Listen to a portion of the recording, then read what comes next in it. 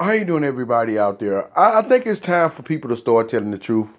I think it's time for black people to start telling the truth, including myself. I really do. And we have to. And our truth is not receptive to the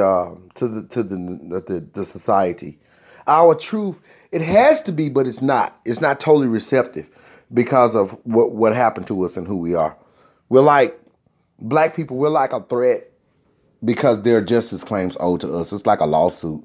And it's like we have to say it in order to be about it, in order to be in unity. And then we have to speak out loud. And we can't really care necessarily what the people think in terms of that because it's only right. And it's a rightful exchange in law and politics, reparations. And we just have to go forth about it. And we have to be very studious about what we're doing, and that's what we are doing. But people don't like it, and for some reason, ADOS family, we don't want to upset nobody. We just kind of got the heart of benevolence when it come down to other groups, but we only in history for harming each other because we've been locked in a group that basically eat failure, that has not have don't have the things they need and stuff, and so they're fighting. And maybe somebody else got a little bit of it, and the other person want to bust them across the head, like Breaking Brown show was talking about. I mean, we locked in a group where people fighting over stuff because it's not enough, and it's just failure. We're eating failure, and we will never correct it politically, not among us necessarily among ourselves or by any real person, but politically. Slavery, I don't think you understand. It was sanctioned by the United States government. So we haven't been corrected. So we have to speak on those things. And in terms of this happening, we have the fourth branch of government. We have the media implementing other stories and raising the bar on distractions, putting distractions out there so that we can pay attention to it. But we dying and eating failure at the same time. How can we worry about the border crisis or children dying, so to speak? People die when they go through wars and stuff, and they're breaking laws and stuff, and you can't protect them. There's no protection. There was no protection for these people, and we are looking at it, and we're without politically. Like Flint water messed up. They're dying over there. They're having body problems through lead poisoning. Georgia Clayton County schools. Heavy black populated areas. Police brutality. People getting killed in the black community because they're following gangster rap and just angry with one another. Robberies and thieveries. And you worried about, those are things that are going on. People dying. But however, we know that a lot of that stems from us not having pretty much an opportunity or choice. And a lot of folks can't shake that off. Maybe I can, and I can find some development, and I can be strategic about what I want and come into a better place of life. But some people get drowned in that. So some of our kids that are thugs and stuff, they get drowned in all of this stuff, and they start emulating these characters, and that's what happens. So they don't have no wealth, and they can't make any choices outside of what they're doing. And this is because of the huge disadvantage. So what else you gonna do? These are private crimes that are committed. So we worried about people dying in the Rio Grande. God bless the young man. I mean the male and the daughter. May their soul be forever resting in peace. However, that border crossing thing, they shouldn't have never been over here illegally. It should have never been even promoted by our government that they should be able to do this. The Democratic Party and so forth. They're going to straighten that situation out. But we need to be looked at first. These people are dying in their own countries. Worse than what's going on now. Dying.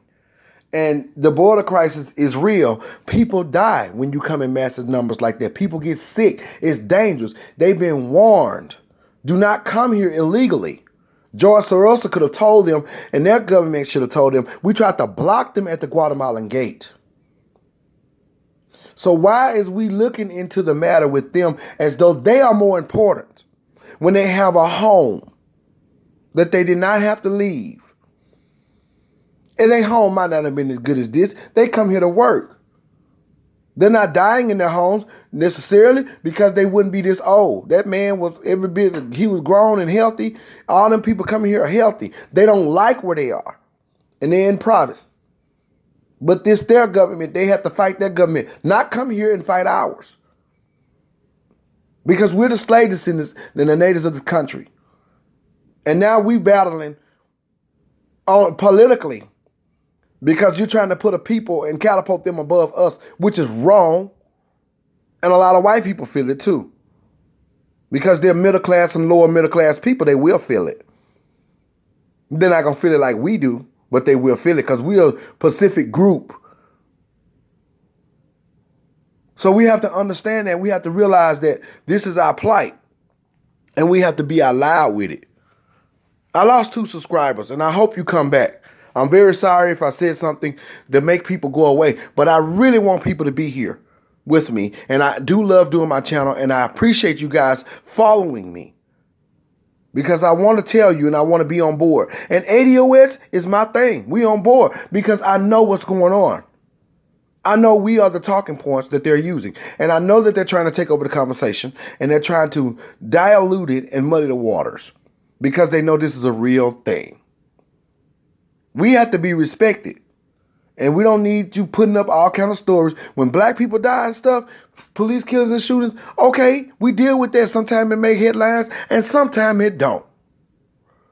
Now y'all showing these pictures, these migrants being dead like this, as though somebody killed them. Nobody killed them. I can understand if somebody had killed them, but nobody killed them. They were trying to get here illegal. They suffered through that valley. These people have a different plight from you American citizens. They're suffering. People die when they're suffering. And do not blame us or the president. That's not fair. What you need to blame us for, the president, is what we have left black people in and disarmed and to huge disadvantage. We understand what happened to us, the drug insertions and stuff, and we're trying to correct that. And these people coming in our country, basically, they taking over all of us. So the Democrat Party is a real threat. I don't know what's wrong with them. But we cannot worry about all of that. We have to clean it up as much as possible, get as much help we can so the people can be helped. But you're dipping in my money to do that with without giving me something. So I get to just have potato chips for dinner and you get a porterhouse steak. No, that dog don't hunt. You got beans at home, black beans and onions in your country, eat them.